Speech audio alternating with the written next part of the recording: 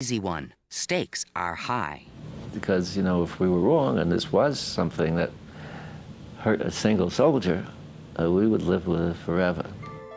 Sunday, June 13th, 1971. The New York Times begins its explosive series based on the Pentagon Papers. I felt that we were doing our duty. I knew the government would have a heart attack. The Nixon administration is outraged.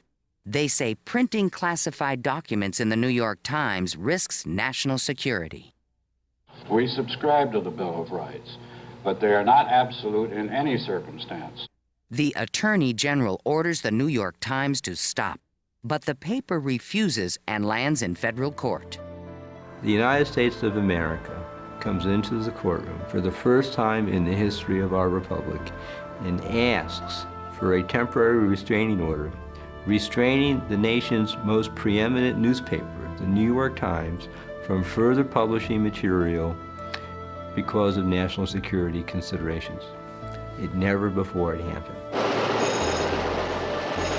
The Nixon administration wins a restraining order against the New York Times. For the first time in U.S. history, a newspaper is prevented from printing a story.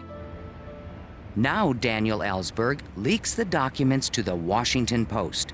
Publisher Katharine Graham faces the decision of a lifetime, to print or not to print.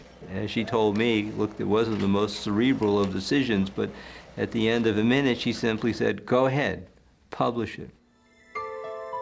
When the Washington Post is stopped from printing, a determined Daniel Ellsberg gives the documents to the Boston Globe. Newspaper after newspaper defied the executive branch of the U.S. government, defied the president, who was telling them that for them to publish these papers on their own initiative would endanger the United States. The case quickly advanced